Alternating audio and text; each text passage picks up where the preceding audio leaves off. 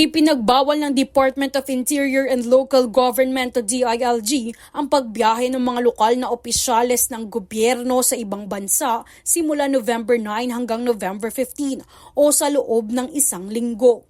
Ipinag-utos ang pagsuspinde ng ahensya sa gitna ng pananalasa ng bagyong Uwan sa bansa. Layunin ng hakbang na ito na matiyak ang presensya ng mga opisyal habang nagpapatuloy ang mga recovery at monitoring efforts matapos ang mga nagdaang kalamidad na tumama sa bansa.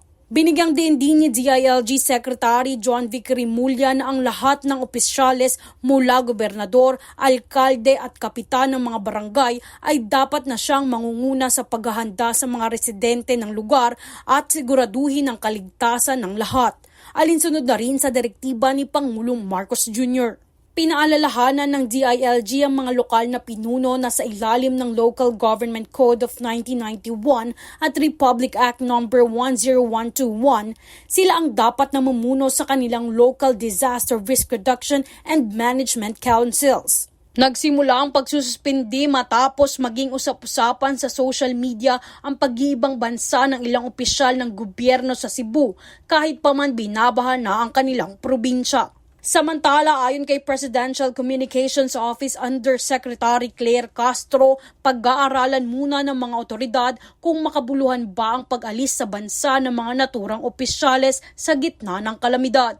Kailangan muna itong ma-assess, ano ba talaga ang kanilang pakay papunta sa ibang bansa at kung ito po pa talaga ay naka-apekto sa mabilisang pag-aksyon para sa mga kababayan natin na nakaranas ng hagupit ng bagyo.